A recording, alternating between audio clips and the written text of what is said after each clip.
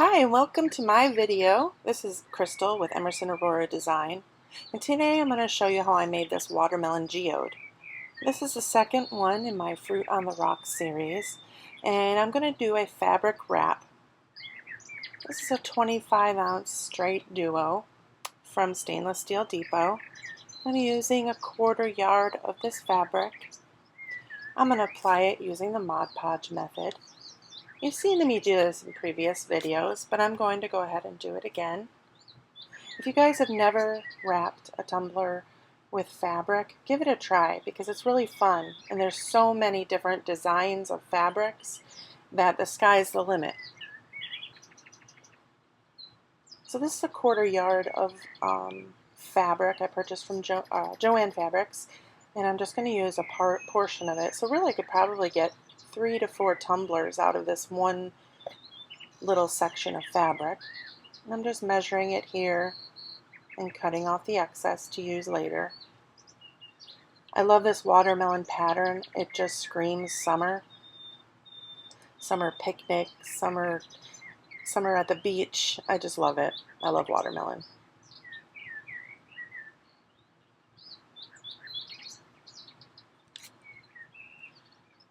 I have my Mod Podge in a squirt bottle, and it just makes it easier to apply without the mess. And I'm going to put a thin coat of Mod Podge down on my tumbler.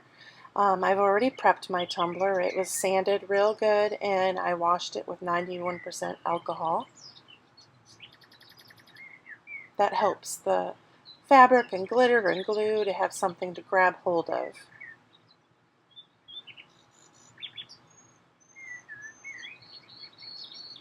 So I'm just centering this up and going to roll this fabric right directly over the Mod Podge and smooth the fabric out as I go. You can use the table to press down firmly and rub any air bubbles out. You want to make sure that that fabric is making good contact with the stainless steel. You don't want to use a really thick layer of Mod Podge for this section because it will soak up through the fabric and just be a big mess. So a thin layer is best. This is 100% cotton fabric. I believe it's quilting fabric. You can use fabric that has some stretch to it. Really any fabric would work, I would believe. This is the style that I purchased though. It was in the quilting section. So I'm just going to press the rest of that fabric on. And this fabric doesn't really matter if you have a seam. There's so many patterns and kind of ways that the watermelons are facing that you really wouldn't be able to tell the seam anyway. So I'm taking my razor here and I'm just cutting a straight line down that fabric to cut that excess off.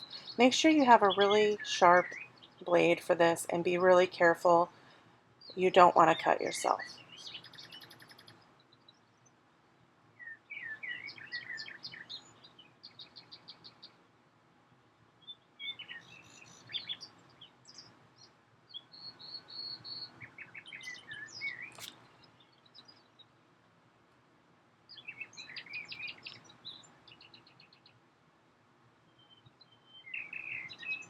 I'm peeling back the top portion to remove that cut fabric underneath so that this will lay flat. This fabric does fray since it's 100% cotton, so just be aware of that and try to get as straight of a line as you can. And cut off any frayed edges or little threads. So that's nice and flat. Now I'm going to address the bottom.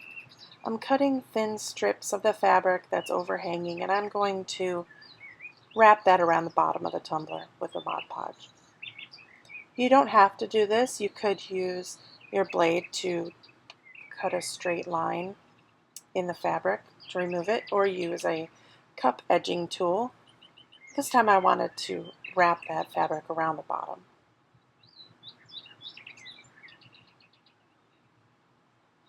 Apply the Mod Podge just as before, And you want to pull up and over those pieces of fabric so that they lay nice and flat.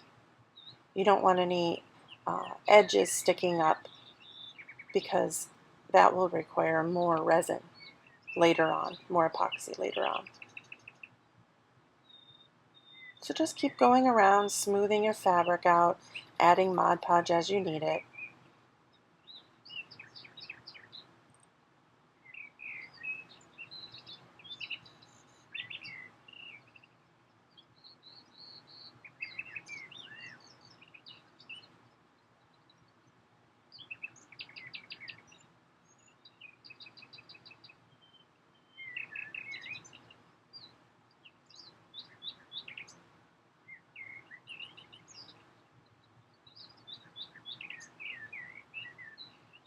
Now that that fabric's all flat, I'm just going to add a little extra epoxy, or that isn't epoxy, add a little bit of extra Mod Podge to smooth that fabric out. And now I'm going to hold my blade on the table and firmly press my cup to the blade to create a nice metal rim. I'm going to remove that extra fabric is what I'm doing. This is essentially what a cup trimming tool would do, but I didn't have one yet. Again, be very careful with this step. You're using a blade, you don't want to cut yourself.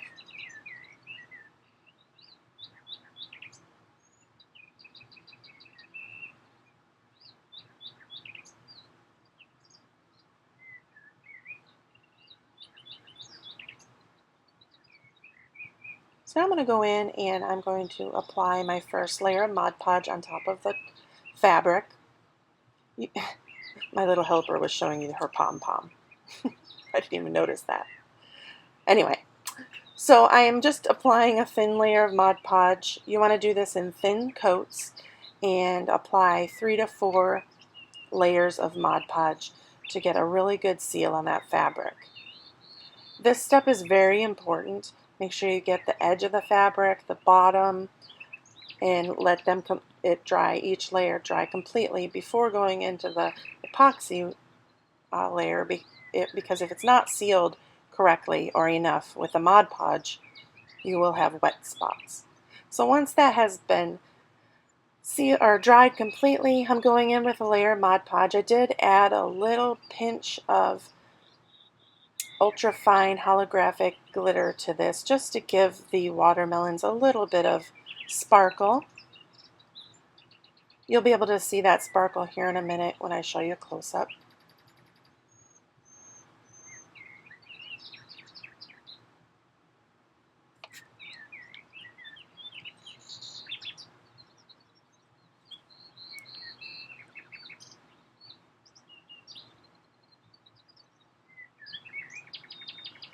Here you can see that sparkle close-up. Just gives it just a little bit of extra glitter because I love glitter.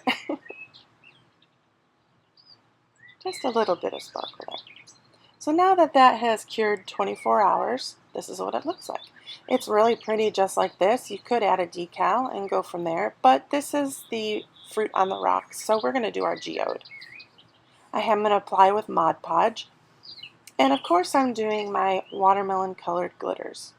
I will list my glitters in the description box below where you can purchase these. I'm going with different shades of pink, a matte white glitter, and 3 different shades and cuts of green. Now the geode itself doesn't have to look like a watermelon to me. I actually kind of did the colors a little backwards than a real watermelon slice would be, but that's okay. You can do this any way you want. I just really love the colors, and I just wanted those colors to offset that watermelon fabric.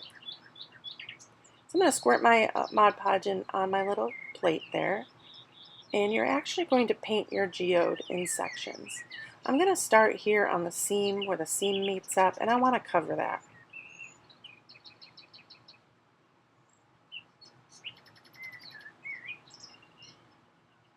So I'm just going to use a paintbrush and literally paint the first section of my geode.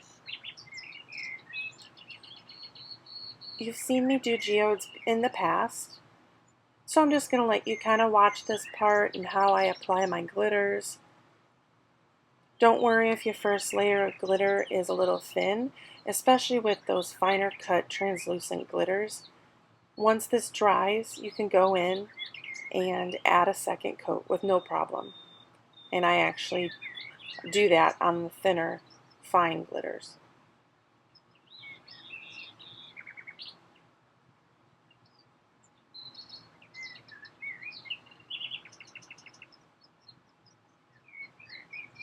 This green is so pretty. I really love it. I think it's the first time I've used it. It's the Glitter Guy Cash Money. It's a metallic green. It's just so pretty. And it looked just like the dark watermelon rind. I'm going to take a little dry paintbrush and just gently brush off that extra glitter that's sitting there. Be careful not to touch the wet Mod Podge with this brush. You don't want to smear it everywhere.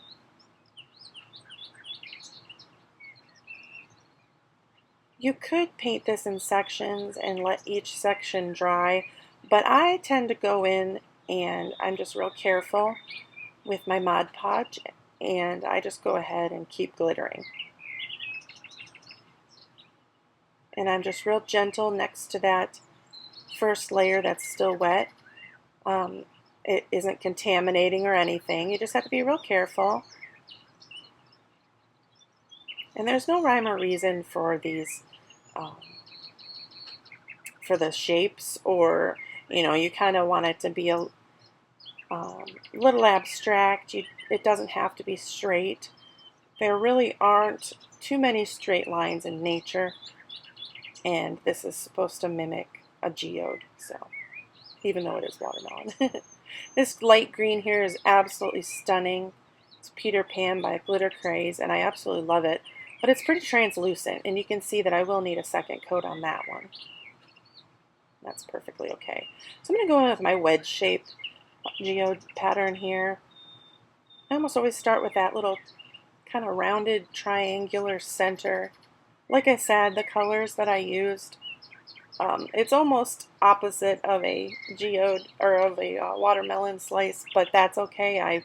I love this big, thick, chunky mix of hot pink.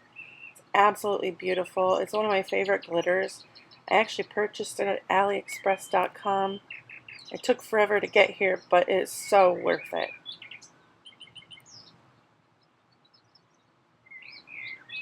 It really makes a beautiful center to my geode. I love to put the thick, chunky mixes in the center part of my triangle-shaped geodes, because that's where the crystals would be.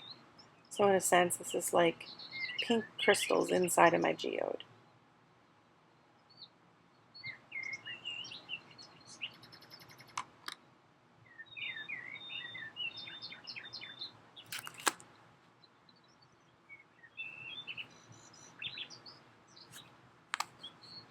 This raspberry color is a fine metallic. It's really pretty. I can't remember what name it is off the top of my head, but like I said, I'll link it in the description box below.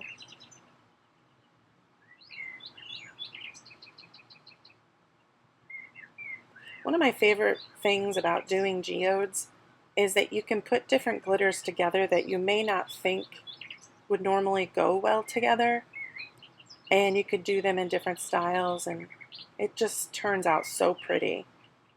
I do like to keep somewhat of a color scheme for my geodes. Like if a customer wants their favorite colors are purple and blue, I'll do several different purples and blue, maybe throw a silver or gold in there, or a white, just to give it a little more depth. This white glitter here, I absolutely love it. It is actually a pearl matte glitter. It is stunning, and I have some matte glitters. I'd love to do a whole cup with just the matte glitters. It's such a change from the big sparkle of some of the glitters, but it really has a neat depth to it. It gives a neat depth.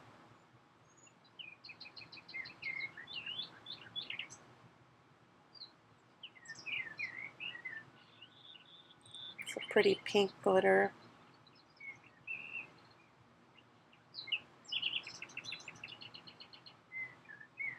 That one will need a second coat also. The fine glitters do kind of soak into that Mod Podge and can be translucent. I didn't want the fabric showing through.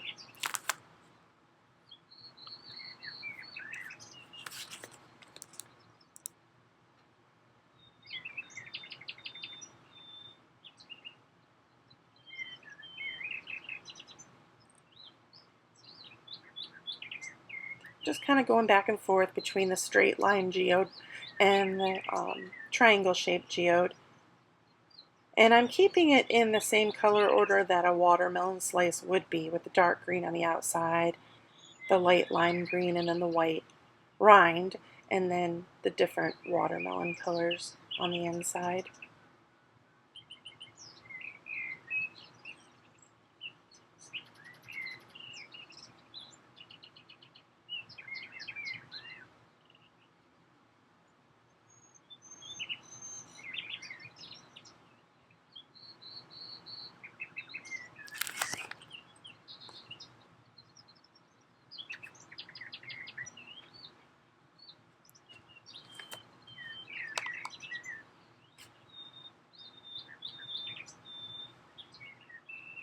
Again, I'm using that white, and it's just so pretty.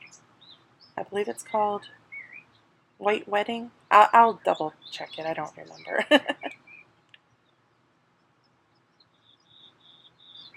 I think it would be a perfect color for snow for Christmas, because it kind of reminds me of snow.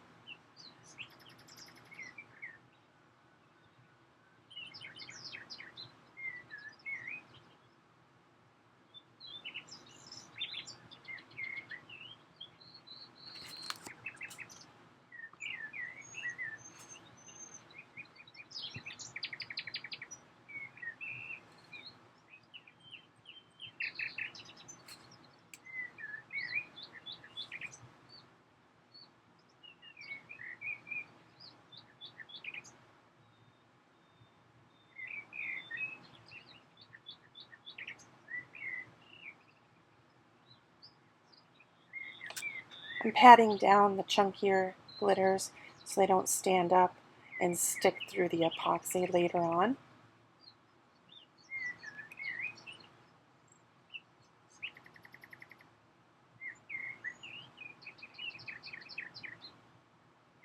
I'm trying not to cover up all of the watermelon fabric, otherwise what's the point of you in doing that? So I'm just going to do those two geode styles that I have, the straight one and the triangle one. I accidentally grabbed the wrong glitter. I meant to grab the light green. There we go.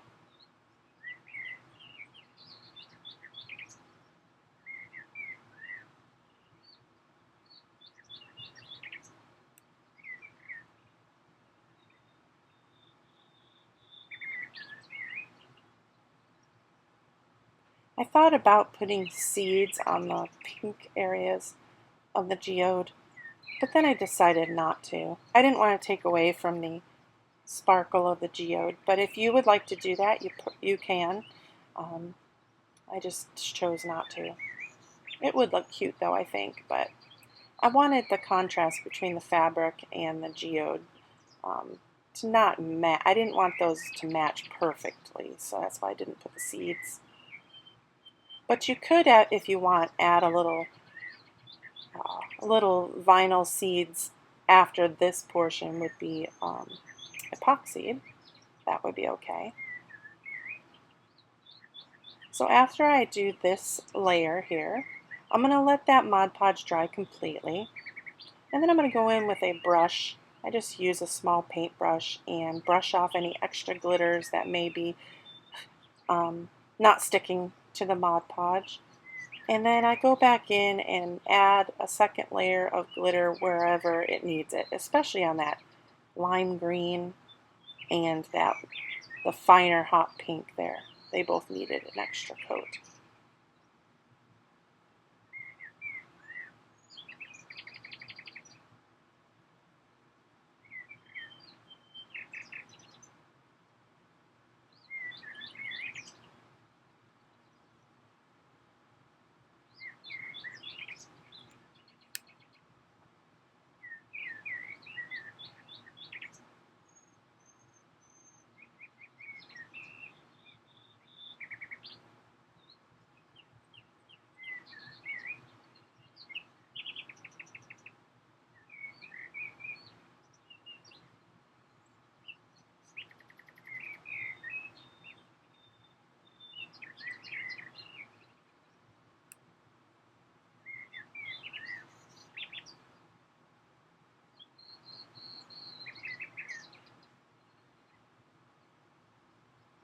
before you epoxy any glittered geode like this with so many different colors and designs of glitter, you do want to go in and put some type of sealant on it. I use spray lacquer.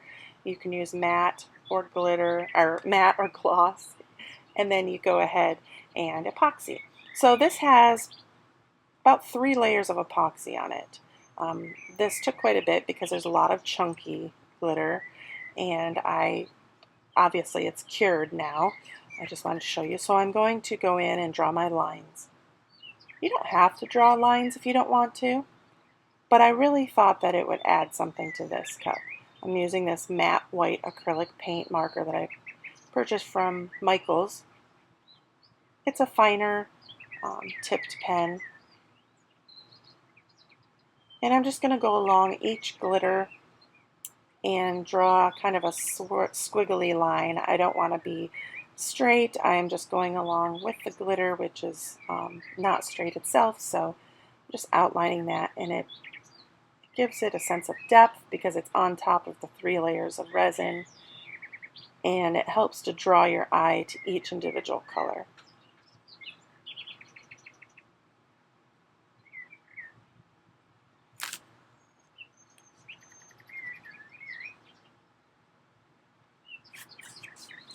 There's no need to seal after this step. This paint will dry. You just want to let it dry completely and then go ahead and put it on your turner again for another coat of epoxy.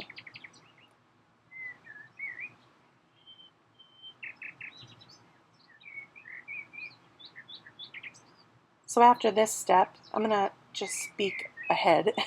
After this step, I do go in with a coat of epoxy. I let that cure completely, and then I go in and sand the whole cup really well, especially the top rim of the cup and the bottom edge of the cup, to just make sure that this will be as smooth as possible when it's finished. And then I do put my final coat of epoxy on before it is finished.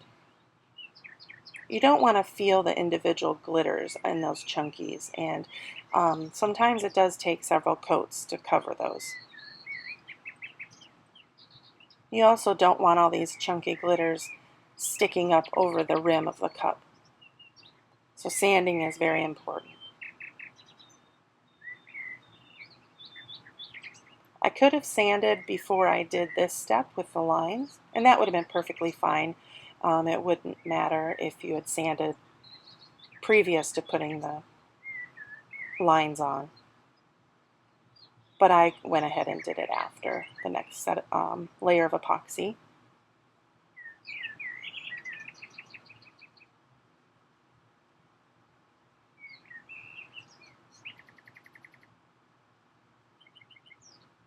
What do you guys think? Do you like lines on your geode tumblers, or do you prefer not to put lines on your geode tumblers? Some people go in with different colors of acrylic markers also, and that looks neat sometimes. I'm just doing white because it really matched the tumbler, and I don't have acrylic markers in green or pink.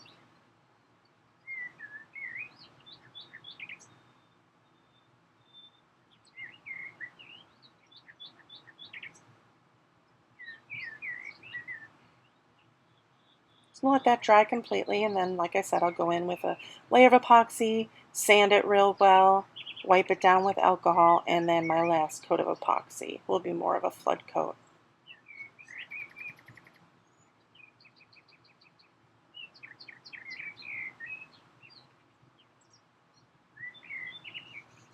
So pretty.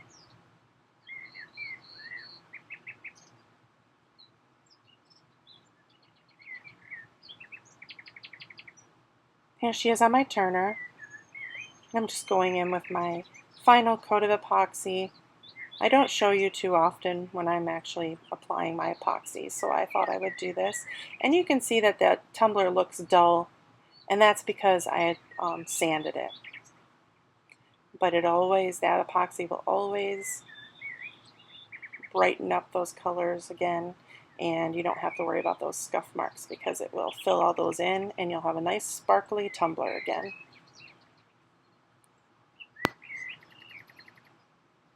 It's so satisfying. I love putting my final coat of epoxy on. It's so much fun to see your tumbler and your idea for your tumbler come to life.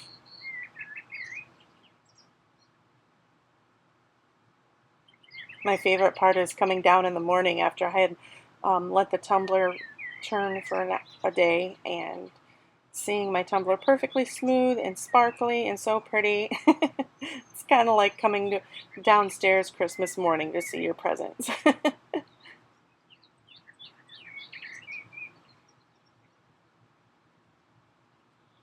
I love the summery feel of this watermelon geode. It's just so bright and sparkly and beautiful, and I can see it at your next picnic or barbecue. You'll be the envy of all your friends sipping out of your watermelon tumbler.